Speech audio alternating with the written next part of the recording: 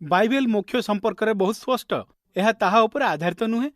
बहुत लोके भावंती से माने भल एवं सेमानंकु स्वर्गर स्थान मिलिबो। सेमाने भल। बाइबल कुहे समस्त पाप करछंती। बाइबल कुहे जे केई धार्मिक नुहंती, जणे हेले भी आपण धार्मिक नुहंती एवं सत कहबाकु गले आम मध्यरु केई भी स्वर्ग प्राप्ति करि परिबे नाही।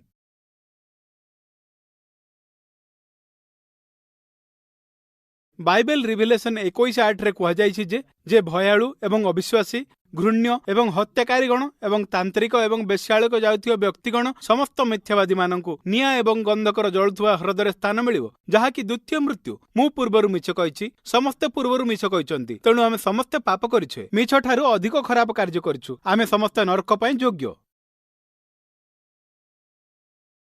किंतु बाइबल कुहे जे परमेश्वर आम प्रति तांकर प्रेम आशीर्वाद अर्पण करछंती। आमे पापी थिलु, किंतु ख्रीष्ट आम पई प्राण त्याग कले। जीशु एही पृथ्वी को आस्तिले कारण से आमको भल पाउथिले। बाइबल कुहे ख्रीष्ट थिले रक्त मांसरे गढ़ा, परमेश्वर रूपे प्रकाश होइथिले। से एक निष्पाप जीवन बिताइथिले। से कोनसी पाप करनथिले एवं निश्चित रूपे सेमान तांको पिटले, तांको उपरे छेप पकाइले, क्रूसबिद्ध कले। बाइबल कुहे जे से जेतेबेले सेही क्रूसरे थिले, से निजे आमर पापकु निज देहरे धारण कले। यार अर्थ है जे पाप आपण करछंती, जे पाप मु करछि, से सबुर शास्ति से पाइछंती। प्राण त्याग पर सेमाने मृतदेह को नहीं गले एवं शरीर को समाधिस्थ कले एवं तांकर आत्मा 3 दिन 3 राति पाई नरक को गला। एक्ट्स 2:31। 3 दिन पर से मृतावस्थार पुणी थरे उठले। से तांकर शिष्य मानक हाथ रे थिबा गर्तगुडी को देखाइले। बाइबल रे बहुत स्पष्ट रूपे कुहा जायछि जे से आम पाई प्राण त्याग कले। केवल आमर पाप पाई मृत्युवरण करनथिले, समग्र विश्वर पाप पाई। किंतु आमे रक्षा पाइबा पाई किछि विषय रहिछि। बाइबल रो एक्ट 16 रो सेही प्रश्न रहिछि, रक्षा पाइबा पाई मु कोन करबा उचित? से कहिले, तुमे एवं घर समस्त जीशुଙ୍କ उपरे विश्वास करो, तुमर रक्षा होई जिवो। से कहि नथिले जे एक चर्च रे जोग दियो रक्षा पाई जिवो, ख्रीष्ट धर्म रे दीक्षित हुओ रक्षा पाई जिवो, उत्तम जीवन यापन कर रक्षा पाई जिवो। ना, से कहिले विश्वास करो।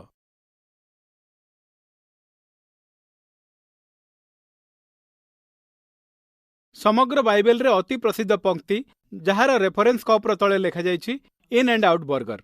यह बहुत प्रसिद्ध अटे। यह समस्ते शुणिचंती। जॉन 3:16। भगवान दुनिया को एते भल पाउथिबारु से तांकर एकमात्र संतान को देइदेले। जे माने तांको उपरे विश्वास कले सेमाने विनाश हेबा उचित नुहे, किंतु तांकर चिरस्थायी जीवन रहबो। चिरस्थायी अर्थ हैला चिरस्थायी। जीशु कहिले, मु सेमानंकु चिरस्थायी जीवन देउछि एवं सेमानंकर केबे भी मृत्यु हेबनी। केही व्यक्ति महतोर तांकु छडाई नै पारिबेनी। बाइबल जॉन 6:47 रे कुए, मु जोर देई आपनकु कहूछि, जे मो उपरे विश्वास कले तांकर चिरस्थायी जीवन रहिछि। जदि जीशुଙ୍କ उपरे भरोसा करिवो तेबे अनंत जीवन पाइबो। आपण आपणक मोक्ष हराइबे नहीं। यह चिरंतन, यह चिरस्थायी। एकदा आपण रक्षा पाइजिबा परे, एकदा तांको उपरे विश्वास करिबा परे जहा हेउ ना काहेकि आपण मोक्ष हराइबे नहीं। जदि किछि जघन्य पाप करिबा तेबे ईश्वर मते एही पृथ्वी रे दंडित करिवे। जदि मु काहाकु हत्या कली, भगवान एहा उपरे निश्चय ही लक्ष्य रखिबे। जेपरि मु दंडित हुए, मते कारावास किंबा मृत्युदंड मिलु, जहा हेले भी एही जगत मते दंड दिए एवं मु जेपरि आहुरी दंड पाए, ताहा भगवान निश्चित करिवे।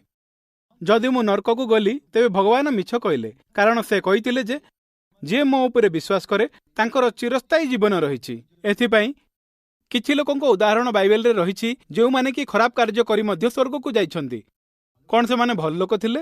ना, से माने भगवान जीशुଙ୍କ उपरे विश्वास रखथिले। जे माने समाज आगे भल जीवन धारण करछंती किंबा से माने वास्तव रे एक उत्तम जीवन यापन करछंती। जदि से माने जीशुଙ୍କ उपरे विश्वास न करंती तेबे से माने नरक को जिवे।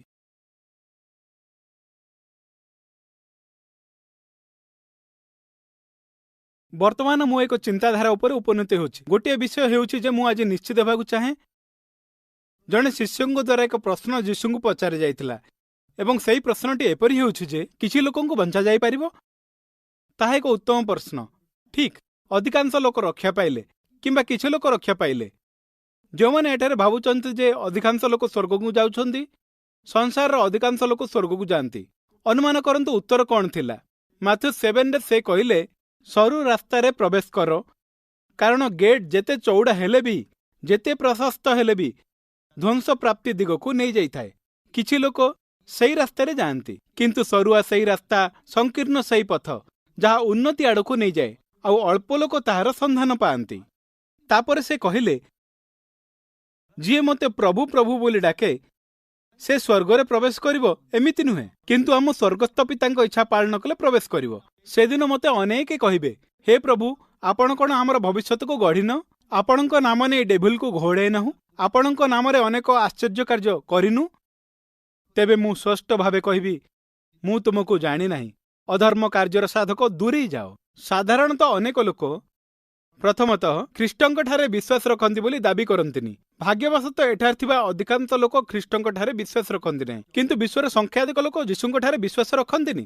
କିନ୍ତୁ ଭଗବାନ ସତର୍କ କରାଇ ଦେଇଛନ୍ତି, ଯେଉଁମାନେ ଖ୍ରୀଷ୍ଟଙ୍କ ଉପରେ ବିଶ୍ୱାସ ରଖନ୍ତି, ଯେଉଁମାନେ ତାଙ୍କୁ ଭଗବାନ ବୋଲି ଡାକନ୍ତି, ଅନେକ ତାଙ୍କୁ କହିବେ, ଆମେ ଏସବୁ ଭଲ କାର୍ଯ୍ୟ କରିଛୁ, ଆମେ କାହିଁକି ରକ୍ଷା ପାଇବୁନି? ସେ କହିବେ, ମୋ ଠାରୁ ଦୂରେଇ ଯାଅ, ମୁଁ ତୁମକୁ ଜାଣି ନାହିଁ। କାରଣ ସେଥିପାଇଁ ମୋକ୍ଷ କେବଳ କାର୍ଯ୍ୟ ଯୋଗୁଁ ନୁହେଁ। ଯଦି ଆପଣ ନିଜ ରକ୍ଷା ପାଇଁ କାର୍ଯ୍ୟ ଉପରେ ଭରସା ରଖୁଛନ୍ତି, ଯଦି ଭାବନ୍ତି ଯେ ଖ୍ରୀଷ୍ଟ ଧର୍ମରେ ଦୀକ୍ଷିତ ହୋଇଛନ୍ତି ତେଣୁ ସ୍ୱର୍ଗକୁ ଯିବେ, ମୁଁ ଭାବୁଛି ଆପଣ ସବୁ ନିର୍ଦ୍ଦେଶକୁ ମାନିବେ, ଆପଣ ଚର୍ଚ୍ଚକୁ ଯିବେ, ଆପଣ ପାପଠୁ ଦୂରେଇ ରହିବେ। ଯଦି ଆପଣ ନିଜ କାମ ଉପରେ ବିଶ୍ୱାସ ରଖୁଛନ୍ତି, ଯୀଶୁ ଆପଣଙ୍କୁ ଦିନେ କହିବେ, ମୋ ଠାରୁ ଦୂରେଇ ଯାଅ, ମୁଁ ତୁମକୁ କଦାପି ଜାଣି ନାହିଁ। ସେ ଯାହା କରିଛନ୍ତି ତାହା ଉପରେ ବିଶ୍ୱାସ କରନ୍ତୁ। ଯୀଶୁ କ୍ରୁସରେ ଥିବା ସମୟରେ ଯାହା କରିଛନ୍ତି ଆପଣ ବିଶ୍ୱାସ କରନ୍ତୁ। ସେ ମରିଗଲେ ଏବଂ ପୁଣି ଜି ଉଠିଲେ। ତାହା ହେଉଛି ସ୍ୱର୍ଗକୁ ଆପଣଙ୍କ ଟିକେଟ। ଯଦି ଆପଣ ଅନ୍ୟ ବିଷୟ ଗୁଡ଼ିକ ଉପରେ ବିଶ୍ୱାସ ରଖୁଛନ୍ତି, ଆପଣ କହୁଛନ୍ତି, ମୁଁ ଜଣେ ଉତ୍ତମ ଖ୍ରୀଷ୍ଟିଆନ, ତେଣୁ ମୁଁ ସ୍ୱର୍ଗକୁ ଯାଉଛି। ସେ କହିବେ, ମୋ ଠାରୁ ଦୂରେଇ ଯାଅ, ମୁଁ ତୁମକୁ କଦାପି ଜାଣି ନାହିଁ। ସେ କହିଲେ ନାହିଁ ଯେ ମୁଁ ତୁମକୁ ଜାଣେ। ଥରେ ସେ ତୁମକୁ ଜାଣିବା ପରେ ବି, ମୁଁ ଏହା ପୂର୍ବରୁ କହିଛି, ଏହା ଚିରସ୍ଥାୟୀ, ଚିରନ୍ତନ। ଥରେ ସେ ତୁମକୁ ଜାଣିବା ପରେ ଆପଣ ସବୁଦିନ ପାଇଁ ରକ୍ଷା ପାଇଯିବେ। ସେ କହିବେ, ମୋ ଠାରୁ ଦୂରେଇ ଯାଅ, ମୁଁ ତୁମକୁ ଜାଣି ନାହିଁ। ତୁମେମାନେ ନରକକୁ ଯିବ, କାରଣ ସେ ତୁମକୁ ଜାଣିନାହାନ୍ତି। ଯଦି ସେ ଥରେ ତୁମକୁ ଚିହ୍ନନ୍ତି, ସେ ତୁମକୁ ଚିହ୍ନିଛନ୍ତି। ଯେପରି ମୋର ପିଲା ସବୁବେଳେ ମୋର ପିଲା ହୋଇ ରହିବ। ଯେତେବେଳେ ଆପଣ ପୁଣି ଜନ୍ମ ହେବେ, ସେତେବେଳେ ଆପଣ ତାଙ୍କ ସନ୍ତାନ ହିଁ ହେବେ। ହୁଏତ ପରିବାରରେ ସମସ୍ତେ ଅନଭିଜ୍ଞ ହୋଇପାରନ୍ତି। ଆପଣ ହୁଏତ କେଇ ଜଣେ ହୋଇପାରନ୍ତି ଯିଏକି ପରମେଶ୍ୱର ଦ୍ୱାରା ପୃଥିବୀରେ ଶୃଙ୍ଖଳିତ ହୋଇଥାନ୍ତି। ଏଇଠି ଜୀବନରେ କ୍ଷତି ହୋଇପାରେ, କିନ୍ତୁ ମୋକ୍ଷ ପ୍ରାପ୍ତି କ୍ଷେତ୍ରରେ ନୁହେଁ। ଏକଦା ଆପଣ ରକ୍ଷା ପାଇଯିବା ପରେ ନିଶ୍ଚିନ୍ତ।